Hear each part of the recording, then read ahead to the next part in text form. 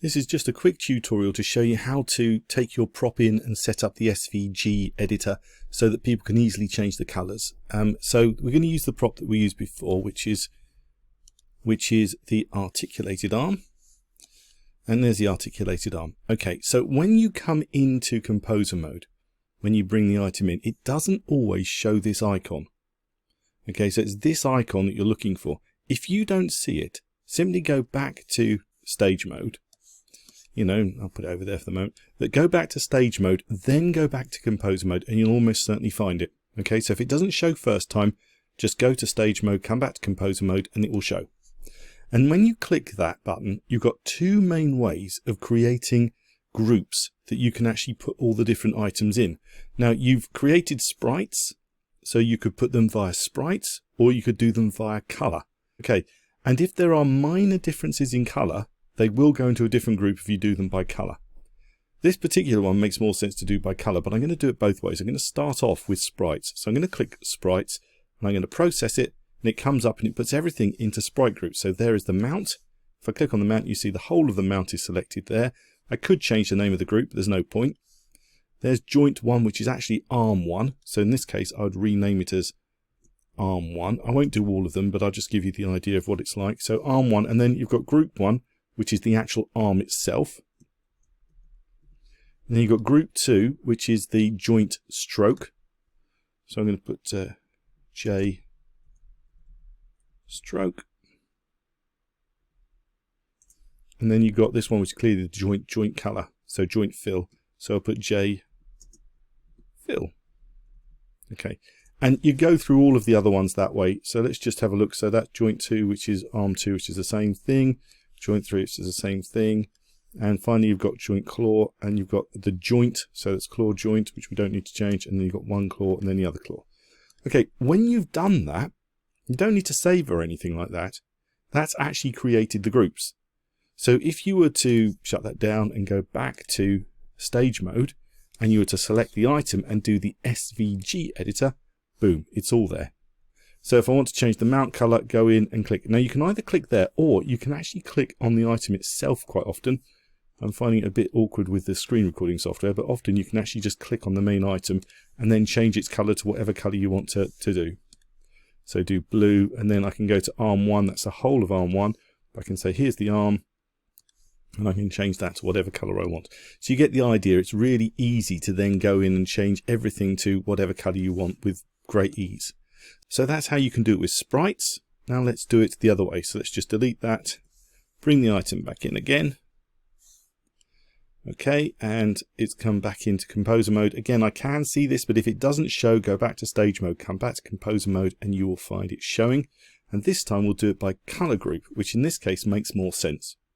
And then I'm just going to click process, and you'll see that I've got 1, which is the arms, 1, which is the mount, stroke and claws, which I'm going to split out in the second one, and the third one, which are the joints. Okay, so I'm just going to rename that one joint fill. So just double clicking the item to change it. Oops, joint fill. Okay, now this one here is actually got lots of things in it. You see it's got claws, and it's got the strokes, and it's got the paths. So what I'm actually going to do is I'm going to create a folder inside here. So here is the folder, create the folder, call it what you want to call it. So this one I'm going to call claws. Okay, and then I'm just simply going to take claw 0 and 1 and stick them into claws. And then I'm going to take claws, and I'm just going to drag it out so it's separate. And I also want to do these joints, which I think are the strokes. If I'm right, yes, they are the strokes.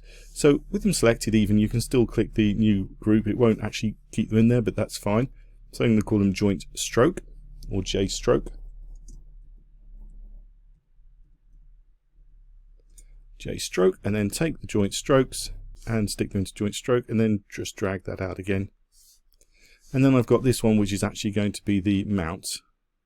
Oh, I've missed a joint stroke, which is that one there. So don't worry about that. That can be added straight in there. Here you go. And so this is simply going to be mount. So I'll put M for mount because I'm lazy. And again, it's done. That's it. Okay, shut that down. Go back to the stage mode. Select the item, move it across, click on the SVG editor, and then it's all there. And this is dead simple. You see, you can just click there, and I want to change the color of all the arms together, so make them a light blue.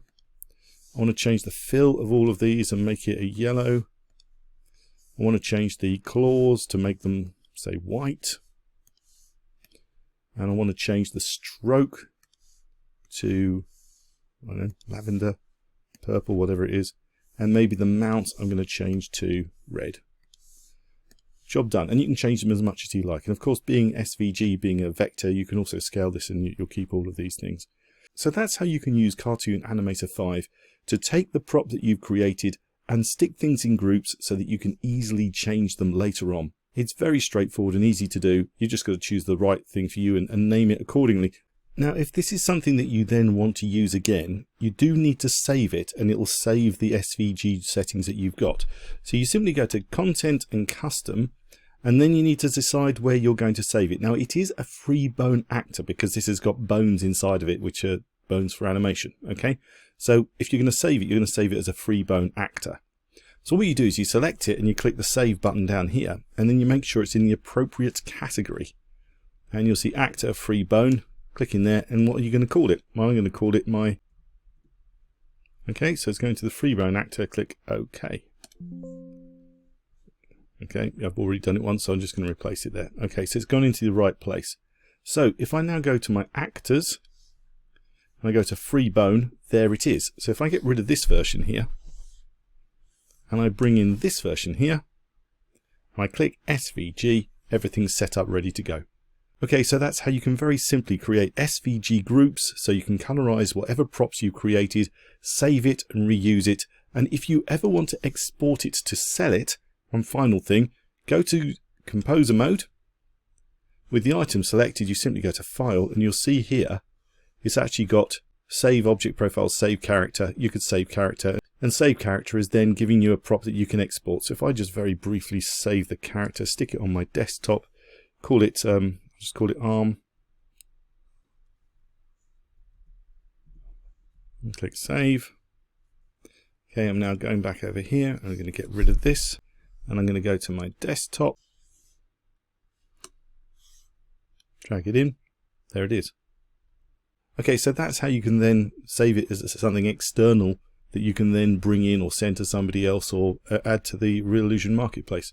Hope you found this tutorial useful. I'm Andrew Davis, and thank you very much for watching.